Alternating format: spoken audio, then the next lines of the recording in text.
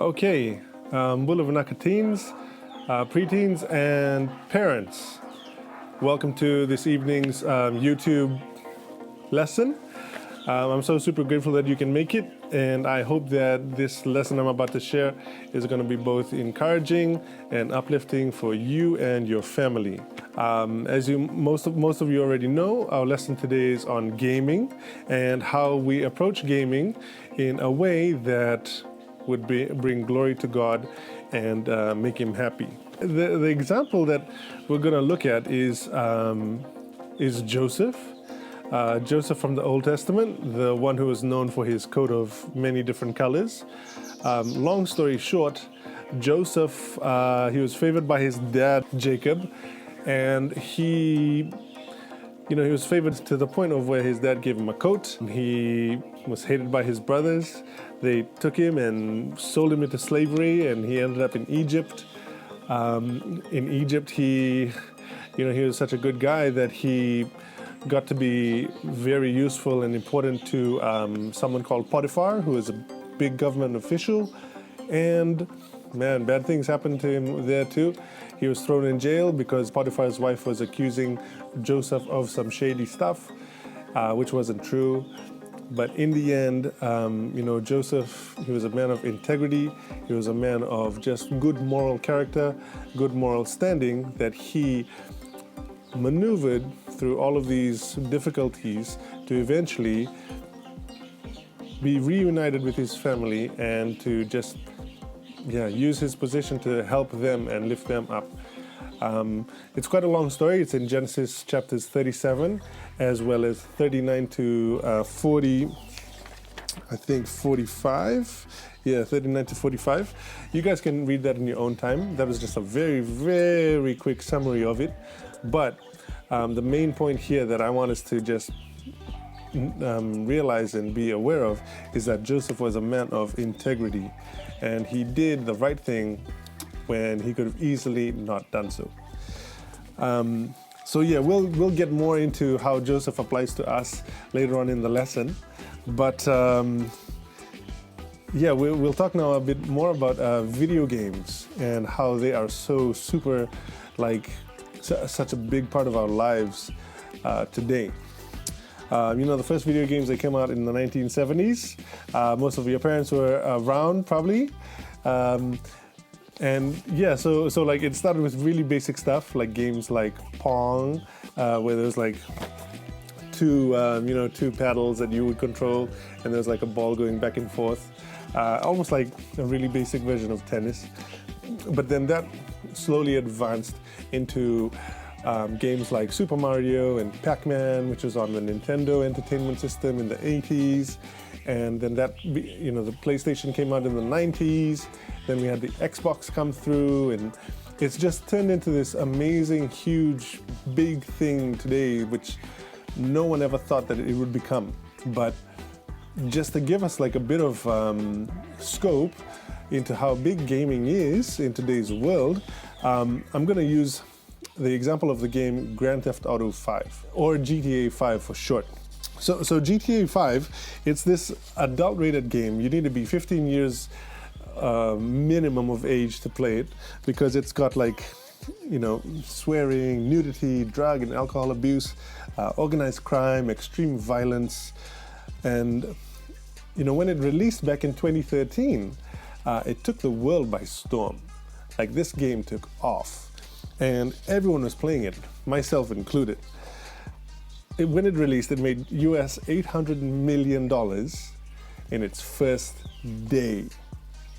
And by 3 days, it had made over $1 billion US. Now, if you break that down over 3 days, that's $3,858 every second for 3 days straight. They basically sold 64 copies of the game every second for 3 days straight, which is crazy. So by April 2018, this game had generated $6 billion US in revenue. And it made it the most profitable entertainment product in the history of all time. This thing sold more than any Hollywood movie ever did. Bollywood movie, even any book apart from the Bible, it's smashed every single record. Even music, any sales, like music sales of all time, Elvis, Michael Jackson, the Beatles, come nowhere to this game, a video game. And this is just from back in 2018, where they were shattering those records. Just last year, when the lockdowns were happening all around the world because of COVID, the sales of the game skyrocketed again. And just in lockdown, like the lockdown period, they had made $1 billion worldwide. And imagine how much they've made up until now. The game is still being sold. So why I say all of that is because it's really obvious that video games are a huge part of our lives in today's world. And we can't cut ourselves or our kids off from gaming. It's like telling our child that you can't go outside and play. Even if they don't go outside and play, eventually when they meet up with their friends, they're going to be talking about they're going to be talking about this stuff. They're going to be talking about games.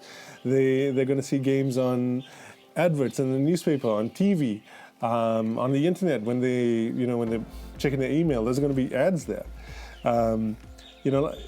It's crazy. Like even right now, currently, at the time of shooting this lesson, there's a huge billboard at Burger King Namaka saying that you can win a PlayStation 5. And the PS5 is right there on the billboard for everyone to see.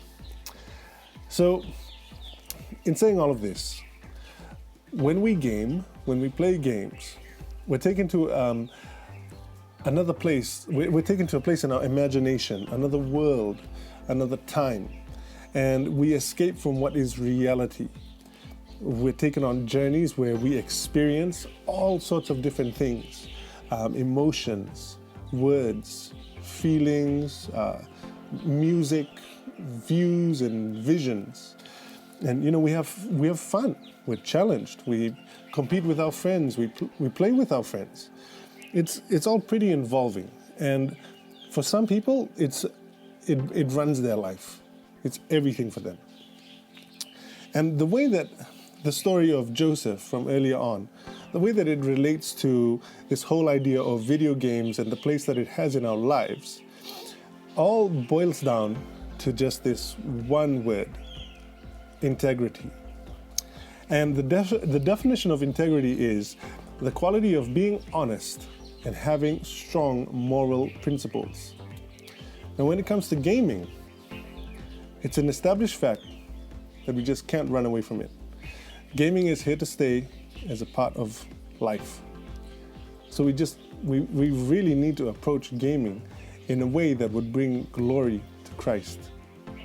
And a great example of living a life that brings glory to God is the way that Joseph lived.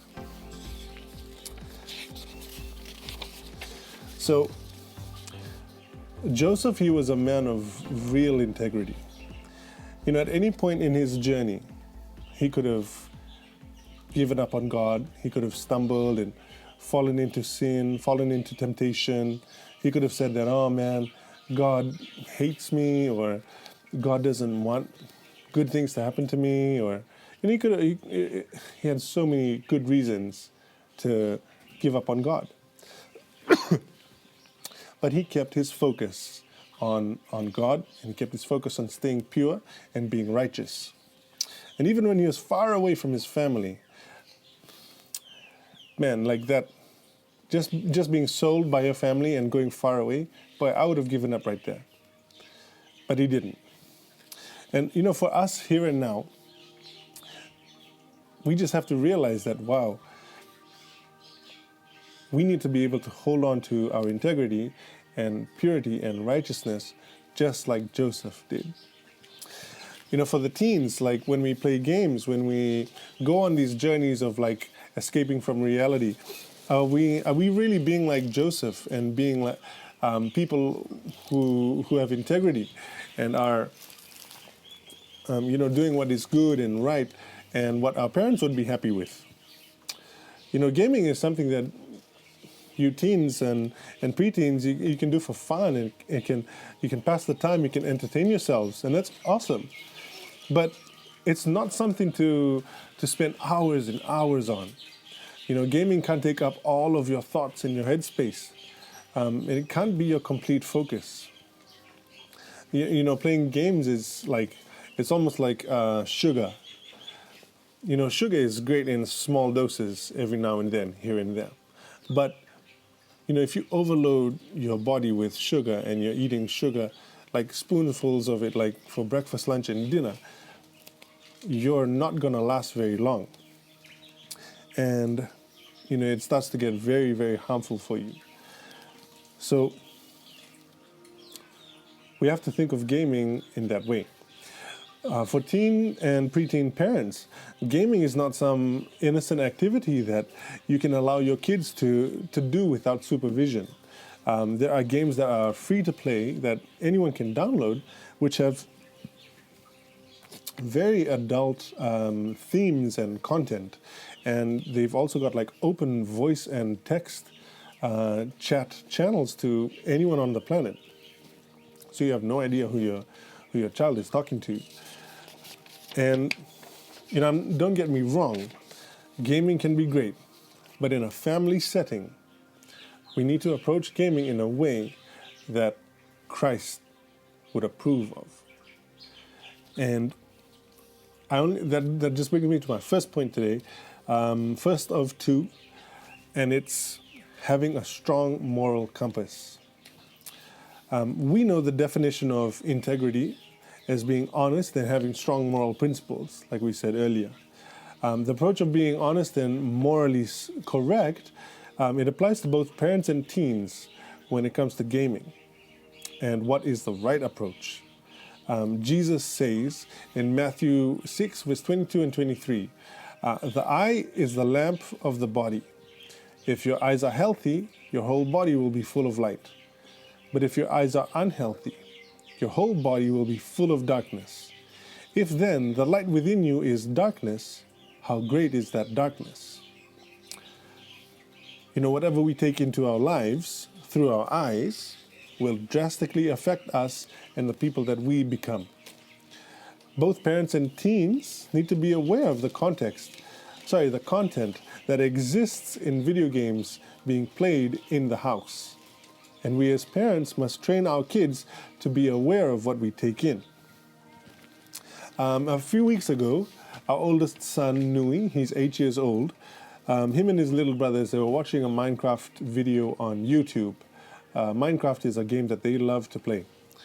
And Nui, while the video was going on, Nui came to us and told us, hey Tata, the man is saying bad words in the video. And we went and checked it out, and yeah, it is true. He was swearing. And so we put a stop to the boys watching that channel on YouTube. Now, this was painfully apparent for us because just a couple of days later, Simi, Nui's younger brother, he was repeating some of those swears that they had watched in that YouTube channel. Honestly, Mirai and I, we felt like we had failed as parents. But truth be told, it was a teachable moment for the kids on what they should and should not watch, but it was also a teachable moment for us parents because we realized that we needed to be way more aware of what our kids were being exposed to. And, we couldn't just put the phone in front of them and get them to, have free access and just watch whatever they wanted to. We needed to monitor and be fully clued in to what they were accessing.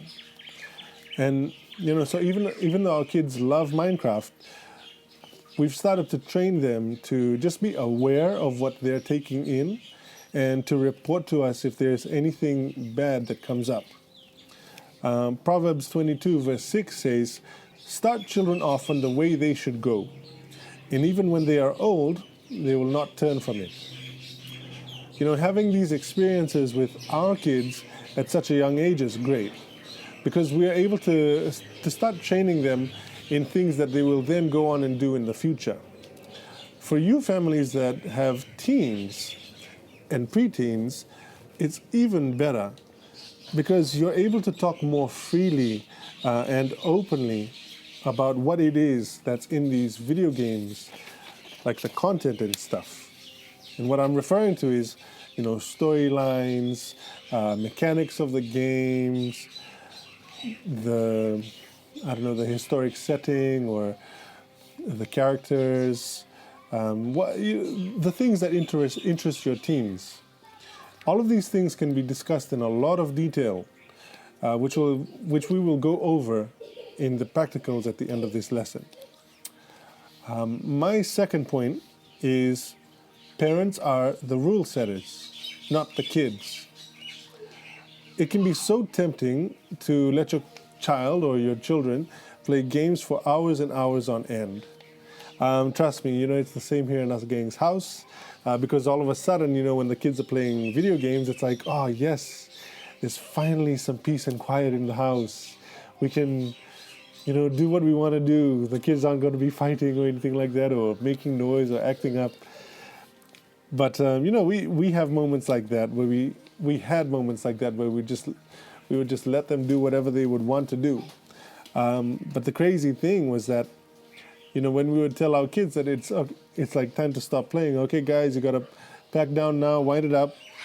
They just start acting up, and they start throwing tantrums, and they're pushing the limits by telling us like, oh, Dad, just 2 more minutes. Or, they say things like, I'm just going to finish building this thing and then I'm going to quit. They were like negotiating again with us, and they weren't really being obedient at all. And to be honest, it can be very difficult to like ignore that. It's like the easy thing is to like, okay, yeah, sure, just make sure you finish in 5 minutes. But, we have to really be aware of the fact that as parents, we set the boundaries and make the rules. It's us that do that, the parents, not the kids. And Proverbs 13 verse 24 says, whoever spares the rod hates their children, but the one who loves their children is careful to discipline them. All these rules, they must come from the parents. Mom and Dad, we need to be unified and agree upon the rules before they get implemented in the house. Me, please, Dad's doing a video here. You're going to have to go away, boy. Okay? And these rules that are made, they should not be discouraging for the kids, but they should help them to grow up and eventually become strong disciples. Ephesians 6 verse 4 says, fathers, do not exasperate your children. Instead, bring them up in the training and instruction of the Lord. As parents, we are the ones that will be making the rules when it comes to gaming. And this includes the time spent on gaming, the chores that need to be done before kids can play games, the games that can and cannot be played, what time is bedtime, what days are okay to play games. There's a lot to cover. But we shouldn't be discouraging. We shouldn't be discouraging when we make these rules.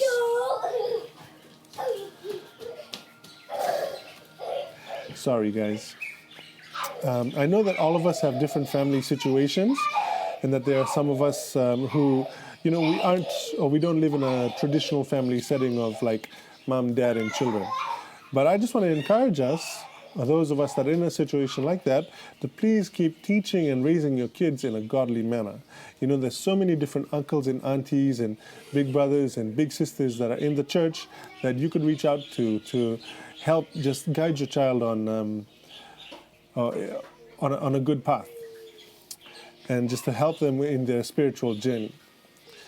But yes, moving on, an idea to encourage your child could be to tell them that, if they complete a certain chore each day of the week, that they're able to play games on, on Saturday afternoon or something like that. Or, if they're able to clean the kitchen and take out the trash, then they can play games after homework is done. Don't look at me like that, please, teens. I'm just making suggestions here. Ultimately, it's your mom and dad that has to decide. But yeah, there's so many ways to turn the idea of enforcing a rule into an encouraging and uplifting experience if you really think about it. We'll get more into this in the practicals again. But specifically for the kids though, one of the 10 commandments is this in Exodus 20 verse 12. Honor your father and your mother so that you may live long in the land the Lord your God is giving you. So this basically means mom and dad make rules for you in the house, especially when it comes to gaming and time limits, etc. And you must honor those rules and accept them. God gave you your parents and those that look after you to love you and raise you in a good and proper way so that you may become the best person that you can be, the person that God wants you to be. And you might not see it now, but it's going to be good. It's going to be good for you guys in the future. Hebrews 12 verse 11 says, no discipline seems pleasant at the time, but painful. Later on, however, it produces a harvest of righteousness and peace for those who have been trained by it. Finally, to just round things off, I just want to encourage each and every one of us to always be like Joseph and to be people of integrity and honesty and just holding on to good moral standards. Even when we are fully involved and into our games and just entertaining ourselves, we must always remember to choose God and to put Him first in our lives and to be people of integrity. No matter what temptation may come your way, honor your parents with the decisions that you make and with the path that you choose, just like Joseph did. Paul says in 1 Corinthians 6 verse 12 that I have the right to do anything, you say, but not everything is beneficial. I have the right to do anything, but I will not be mastered by anything. Gaming is great. I love it myself. I love to play games. My kids, they love it. But we have to love God first before anything. And gaming, it just can't take the place of God in our lives. So I'll now share just 3 quick practicals for our families on how we can use gaming as a positive thing. The first practical is learn about the games that your teens are fired up about. Imagine being able to relate with your child on what they are so interested in and excited about. You're able to connect with your child on their level and understand how things work from their perspective. This will allow you, as parents, to also make rules that won't discourage your child when you understand how a game works. You'll strengthen the lifelong relationship with your child if you make an effort to do this, to get down to their level. The second practical point is use this strengthened relationship to nurture your child spiritually. When you are able to relate to your child over a game and on their level, how much more respect are they going to have for you when you talk about God and what God has done for you in your life as a disciple? They'll care and they'll be interested in what you have to say. One saying that Mariah and I learned when we were in the teens was that a teen will only care about how much you know when they know how much you care. And parents, the words that you speak will carry so much weight when you are tight with them on the level that is where they're at. So I just want to encourage you, parents, to really, truly make an effort to come down to their level. It'll take effort, but it'll definitely pay off in the end. The third practical is use rules around game time to create moments for your child to focus on God. If there are only games on the weekends, in the afternoons, like if that's the only time that your kid can play games, then during the weekdays, there's a space and time for devotions, family prayers, and stuff like that. We as a family, we make it a point to have a prayer all together each night, where each of the boys gets their turn to pray about a topic or a subject that they choose. And this is awesome because they then get to look forward to this, and they're forced to think about, or they're made, to think about how God affects the different parts of their lives. And funny now when they start praying about Minecraft and the things in Minecraft. But we're teaching them to pray, and they're able to vocalize and tell God what's on their heart, which is important. And the fourth practical here, it's actually 4 practicals, is speaking and communicating with love. Sometimes it can be hard to voice your opinions in your family, from the kids to the parents, and from the parents to the kids. However, we must always choose to speak the truth in love to each other, with gentleness, patience, and care. As we discussed in the verses earlier, parents are to set rules that don't discourage our children. But in the end, there's still rules. And kids, teens, and preteens, you guys have to listen and obey these rules. And it'll go well for you in your lives and in the future. Simple communication with love, it does so many amazing things. It goes such a long way and does the whole family a heap of good. Guys, that's just our lesson for today. I hope that you guys were able to learn something and to take something away.